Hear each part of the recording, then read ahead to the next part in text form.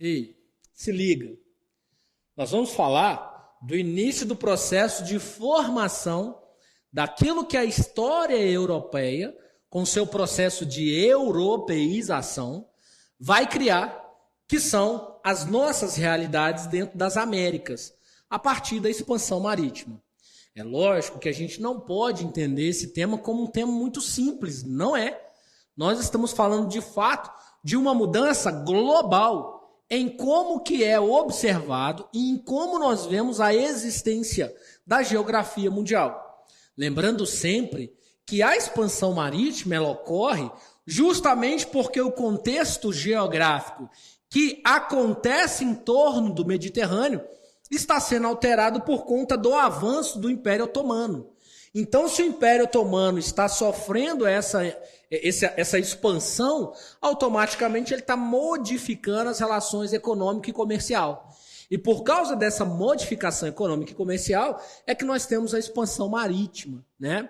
O objetivo claro, o objetivo prático da expansão marítima não era de fato chegar às Índias, né? Quer dizer, não era de fato chegar na América. De fato, eles queriam arrumar um caminho diferente para atingir as Índias. Vamos dizer que eles queriam atingir a Rota da Seda, né? Que era por onde eles iam conseguir aí fazer o mercado, né? E fazer a economia europeia funcionar com os produtos, principalmente as especiarias que vinham de onde? Que vinham das Índias, né? Cravo, canela, pimenta, né? Essas coisas eram itens importantíssimos para comércio na Europa. Para a gente fazer isso, a gente vai contar com a ajuda do nosso mapa ancestral ali, para a gente poder dar uma visualizada em como que o balacobaco vai ficar. Então preste atenção que não é um tema simples, tá? A gente pode fazer uma série de questões aí a respeito desse assunto. Nós poderíamos pegar aí, tem uma minissérie, né, que passa na TV, e se não me falha a memória, na Netflix. A gente poderia pegar o Império Otomano, para a gente poder ter uma noção. Quem tem acesso à Netflix é um bom programa aí para vocês, nas horas de lazer. Assistir o Império Otomano, que é quando vai acontecer a tomada, né, de Constantinopla. Para os turcos, a tomada de Constantinopla. Para os cristãos ocidentais, a queda de Constantinopla, né? É onde a gente vai ver aí essa configuração toda de expansão marítima, beleza? Então vamos aí para o nosso mapa ancestral aí, que eu vou mostrar para vocês aí algumas coisas, algumas características que são importantes, tá? Vou tentar aí mensurar para vocês algumas ideias, né? Ou algumas coisas aí que a gente precisa de compreender. Se a caneta quiser escrever aqui para mim, né, vai ser ótimo. Mas enfim. Pessoal, quando vocês estão analisando esse mapa aí, ó, quando vocês estão vendo esse mapa aqui, ó, olha aí o mouse. Onde está o mouse aí, ó? Vou fazer ele andar aí para vocês verem ele um pouquinho aí. Essa região aqui, ó, esse biquinho aqui, ó, esse biquinho, né? E esse biquinho aqui, ó, são lugares extremamente importantes. Porque são esses lugares que vão ligar o comércio europeu, né, com o comércio oriental. Só que para se chegar nesses dois pontinhos aí, ou nessas duas pontinhas aí, lá em Calicut, né, nas Índias, etc e tal, para a gente conseguir chegar nesse ambiente aí, as nossas embarcações europeias, que é de onde a gente está falando, elas vão precisar cruzar um vasto território. Olha, a lógica das embarcações, pega o mouse aqui, ó, elas vão pegar aqui, ó, da costa do Atlântico, né, que é onde está ali os primeiros povos que vão sair para essa lógica, que são os denominados povos ibéricos, e elas vão recorrer a duas rotas. A rota de Portugal, que é chamada de Rota ao Sul, que é fazer a circunnavegação do períplo africano, né? Até contornar aqui o Cabo das Boas Esperanças, ou Cabo da Boa Esperança, que na verdade era chamado de Cabo das Tormentas, e depois que atravessa o Cabo das Tormentas, sobe, né, o Oceano Índico em direção ao que nós chamamos de Índia. O outro caminho a ser traçado era o caminho que foi traçado pelos espanhóis inicialmente, está aí delimitado de verde, quando Cristóvão Colombo cruza o Oceano Atlântico. Em 1492 ele chega nessas ilhas centrais aqui, volta para a Europa e anuncia ter chegado às Índias. Fato esse que os portugueses questionaram bastante, uma vez que os portugueses já estavam no mar desde 1415, né, fazendo as suas conquistas. E aí, os espanhóis vão fazer um processo muito mais difícil, até porque não existia, né, o que nós chamamos aí do canal aí que liga a América Central aí, né, esqueci agora, mas daqui a pouco eu lembro. Então, enfim, eles vão ter que circunnavegar a costa brasileira aqui, ó, todinha, para pegar o Oceano Pacífico lá embaixo e tentar fazer a circunnavegação do território internacional para chegar aonde? Para chegar lá nas Índias, né? Como de fato chegaram, né? Se vocês continuarem com as linhas aí, ó, vocês vão ver as embarcações de Fernando de Magalhães chegando aí nas Filipinas. Então, ou seja, não é uma coisa tranquila, né? Você tem que desbravar os oceanos. E aí, gente, tem uma questão muito severa, né? Quando a gente fala de desbravar os oceanos nessa época, nós estamos notadamente falando que nós vamos desbravar os oceanos usando embarcações muito simplistas. As embarcações que existiam nessa época eram embarcações a remo. Se vocês já assistiram os Vinks, vocês vão entender o que eu estou falando.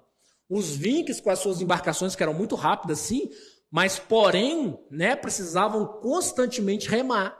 Depois que vem os barcos a velas, né? Inclusive o problema no Cabo das Tormentas é justamente por causa das embarcações a remo. Depois que surgem as caravelas é que eles conseguem fazer a travessia. Então nós temos aí grandes problemas para serem resolvidos. Então o que eu vou fazer aqui no meu mapa mundi aqui? Eu vou fazer um mapa mundi aqui, vou tentar copiar ali a ideia do nosso mapa, porque eu vou fazer alguns rabiscos aqui, uma vez que eu não consegui fazer os rabiscos ali, né? Então a gente faz o rabisco aqui no quadro para vocês acompanharem comigo. Então o que nós temos aqui? Do lado de cá nós vamos ter a Europa, né? Abaixo aqui nós temos o continente africano, aqui em cima aqui nós vamos ter Calicut, beleza? Vou deixar só a pontinha ali para vocês. Deixa eu só fazer a parada aqui certa, isso. Do outro lado nós temos a América do Norte, né? Como um todo. E aí nós temos o território brasileiro, aqui nós vamos ter a saída do Pacífico, né? Então aqui nós temos o Oceano Pacífico, aqui nós temos o Oceano Atlântico, aqui nós temos o Oceano Índico. Então, de certa forma, quem está fazendo desbravamentos aqui tem que rodar nos 3 oceanos maiores aí, tá? O que vai acontecer? Os ibéricos, né? Os povos ibéricos são os povos que estão aqui, ó, nessa região, tá? Eles que vão se lançar ao mar primeiro. Entre eles, o primeiro povo a se lançar no mar é Portugal. Alguém poderia me perguntar assim antes, mas por que Portugal? Porque Portugal já tinha se lançado enquanto Estado. E para você fazer viagens ultramarinas, você tinha que ter Estado. Porque era o Estado junto com os Estados mais particulares que vai o quê? Bancar a viagem. Era uma viagem cara. Então eles que bancam a viagem. O Estado, porque tinha interesse em chegar às Índias, e os particulares, que são... O que a gente lê quando a gente lê particulares? Burgueses, tá? Classe mercantil de burguesia. A burguesia quer chegar às Índias para poder tirar melhor proveito desse território. Então a burguesia são os particulares que vão ajudar o Estado português. E esse Estado português, ele vai iniciar suas viagens, né? E ele vai conseguir fazer a sua primeira conquista, que é celta. A primeira conquista portuguesa vai ser celta. Um cabo ou uma entrada que controla o comércio no mar Mediterrâneo. Aqui está o mar Mediterrâneo.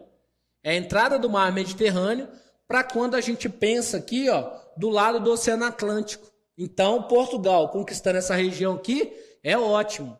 E como que Portugal está conquistando isso aí? Através das guerras conhecidas como Guerra da Reconquista. As guerras da Reconquista, ou as guerras de Reconquista, elas ficaram muito famosas porque toda essa região aqui, ó, a famosa região ibérica, foi dominada pelos muçulmanos, principalmente na contemplação dos Omíadas, né? Então os muçulmanos tomaram conta de toda essa região. Então Portugal foi o primeiro estado a conseguir estabelecer uma liberdade dos muçulmanos. Depois nós vamos ter Navarra, Aragão, Castela, né? Que vão conseguir transformar essa região aqui em Portugal e logo em seguida em Espanha. Então Portugal foi o primeiro país a conseguir fazer isso. E essa região aqui do Mediterrâneo, seja para norte, seja para sul, está tomada de muçulmanos. Por isso que a ideia dos portugueses era tomar Celta e depois fazer isso, ó, segue o lápis de vermelho aí, fazer a circunnavegação ou contornar o períplo africano, passar pelo Cabo das Tormentas e subir e chegar a Calicut, lá nas Índias. Assim eles teriam uma nova rota marítima e comercial. Assim eles teriam. Para vocês terem ideia, eles conquistaram Celta no ano de 1415. Essa data é uma data que você tem que decorar. Por que você tem que decorar essa data? Porque dentro do processo de conquista da expansão marítima, ela é a primeira data. Então é a partir de 1415 que iniciamos no mundo o processo de quê? De tomada de poder por via a Europa das rotas marítimas e comerciais. Até aí tudo bem, estamos tranquilos. A partir que Portugal, ou a partir do momento que Portugal começa a fazer as suas viagens ultramarinas, os espanhóis também vão se propor a fazer as viagens ultramarinas. E o que os espanhóis e os portugueses fazem? Eles estabelecem um tratado. O primeiro tratado conhecido como Tratado da Expansão Marítima. Ele é conhecido como Tratado de Saragoça ou Tratado de Toledo. O Tratado de Toledo é um documento que ele distinguiu rotas ao norte e rotas ao sul. Basicamente, o Tratado de Toledo dizia o seguinte: rotas ao norte são rotas da Espanha. Rotas ao sul, rotas de Portugal. Então foi a forma que eles encontraram de não brigar. Tanto é verdade que a Espanha vem e acha a América Central aqui. Cuba, né, e tal. Então a Espanha vem para cá. Logo em seguida, então, vamos de azul agora, a Espanha vem fazendo sua expansão marítima em alto mar e ela chega aqui, ó, nas Ilhas Centrais. A Espanha retorna para a Espanha junto com Colombo. Quando, professor, que eles chegam? 1492. Inclusive tem até o filme, né? 1492, a descoberta do paraíso. Aí o Colombo volta e a Espanha grita: chegamos às Índias. Portugal, truco! Porque Portugal não acreditava. Mas por que Portugal não acreditava? Porque o avanço técnico científico de Portugal, no que diz respeito a navegações, era muito mais específico do que as navegações espanholas. Ao passo que essa notícia chega na Europa, esse tratado aqui vai ter a primeira situação de ruir. Ele vai ser ruído. Por que ele vai ser ruído? Porque quando a Espanha grita lá que ela tinha chegado nas Índias, e ela não chegou nas Índias, Portugal fala que aonde a Espanha chegou, Portugal também quer chegar. Nesse caso, Portugal era visto como uma nação ainda um pouco mais poderosa que a Espanha em alto mar. Professor, mas por que esses caras ficaram querendo rodar aí pertinho? Existia um imaginário muito poderoso nessa época aqui, que diante do mar, né, diante do avanço aí, dentro da lógica da natureza, quando você fazia expansão marítima, você ia se deparar com os grandes monstros marinhos, né? E que esses monstros marinhos iriam devorar as embarcações, né?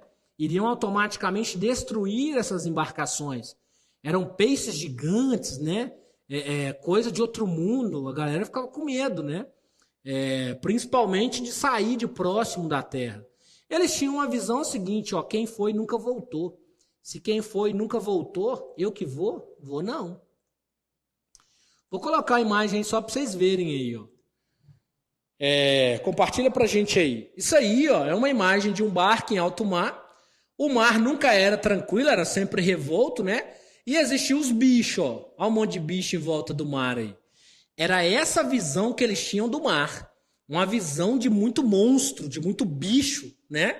Então, como que você trabalha com... Imagina você levando os marinheiros para fazer uma viagem, que aqui no meio do negócio ia ter um peixe gigante que ia matar todo mundo. Gente, não é mentira, não. Lembra do Daniel lá? Daniel não. Tem um cara na Bíblia, esqueci o nome dele agora, mas ele foi engolido. Jonas. O Jonas não foi engolido por um peixão? Então não é só imaginar, não é só continha para ninguém. É verdade, tem... E de fato tem as baleias, né? De fato tem os tubarões. Quem assistiu Piratas do Caribe aí sabe o que eu estou falando.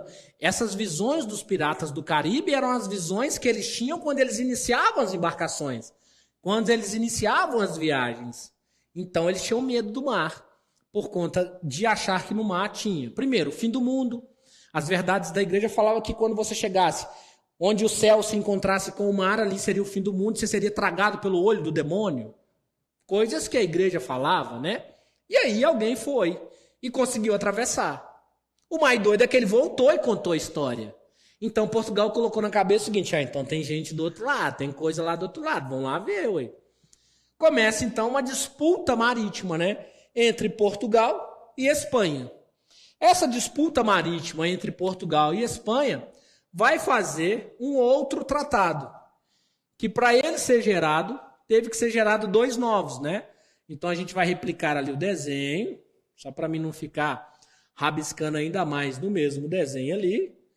Então vamos pegar que aqui está Calicut, né, etc e tal. Então vamos lá, Oceano Pacífico, Oceano Atlântico, Oceano Índico, só para a gente localizar geograficamente. Aqui é o Brasil, né, gente, a costa brasileira. Aqui é a América do Norte, né, enfim, mais ou menos isso aí que transforma essa parada toda aí. O que eles vão fazer? Lá o Tratado de Toledo.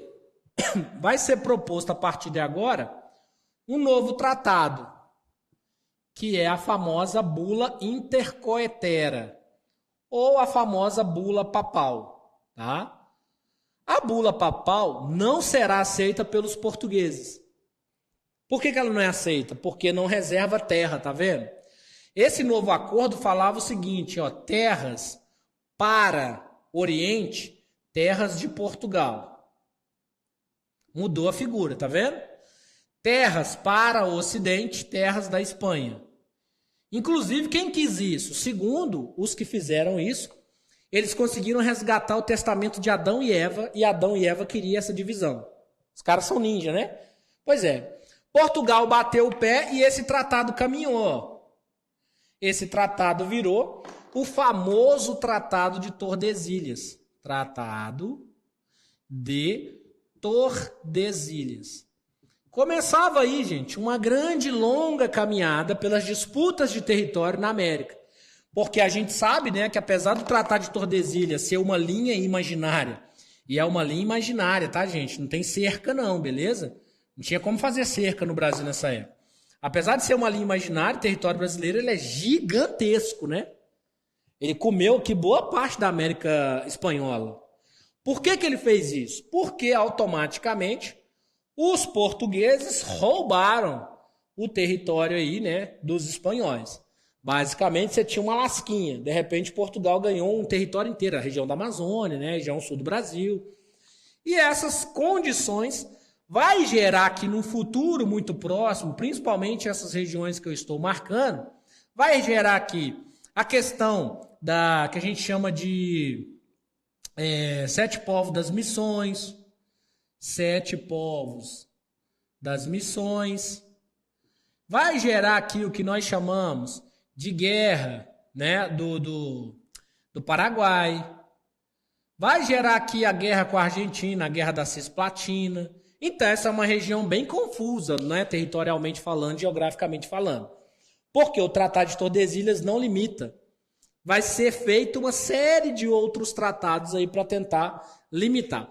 O último tratado, só para a gente ter uma ideia, vai ser feito lá em 1801. É um tratado, uma tentativa, né? Tratado de Badajoz, é uma tentativa de pôr paz nas fronteiras. E por que ele foi o último, Anderson? Porque depois começa a acontecer nas Américas os processos de independência. Só que aí é outra coisa. Fato é, Anderson, o objetivo era chegar na América? Não. O objetivo era chegar aonde? Às Índias. E esse objetivo Portugal consegue concluir no ano de 1498, quando ele consegue chegar às Índias. 2 anos depois, ele consegue fazer a travessia do Atlântico e chegar aonde? No Brasil, 1500. Beleza? Os espanhóis, né, e os outros que vão tentar chegar nas Índias aí vão chegar posteriormente, já lá no século XVI. Mas Portugal é pioneiro. O fato de Portugal ser pioneiro aqui, ó, atrasou aqui, tá? Por quê? Os ricos comerciantes vieram para cá. para tirar vantagem comercial aqui. Eles não queriam ir para o Brasil. Para o Brasil foi os meia-boca, aqueles que tinham só um pouquinho de dinheiro. Tanto é verdade que a escravização do índio começa no Brasil justamente por falta de recursos dos que aqui estavam para adquirir outras formas de mão de obra. E, inclusive, essa ideia de escravizar e não contratar. Tinha um pouco dinheiro. Aí, depois, os grandes proprietários vêm para cá e começam a escravizar geral, né? Escraviza índio, traz negro da África, né? E aí a gente vai ter aquele monte de coisa. Só lembrando que, quando começa a história do Brasil, começa também a história da escravidão dos povos, né? Por quê? Além de ter chegado aqui em 1500, os espanhóis já tinham chegado em 1492. Não esqueçam disso. E os espanhóis começam muito antes que os portugueses a escravizar a população que era encontrada na África, né? Os africanos começaram a ser fruto ou usufruto da escravidão pelos espanhóis. Mas é isso por enquanto. Não vamos ensejar muitos detalhes aqui porque a gente vai ter outros momentos para fazer isso. Beleza? Tranquilo? Olha, é um tema extremamente importante para a gente compreender toda a lógica da geopolítica global logo em seguida. Tranquilo? Foca nesse tema aí. Tamo junto.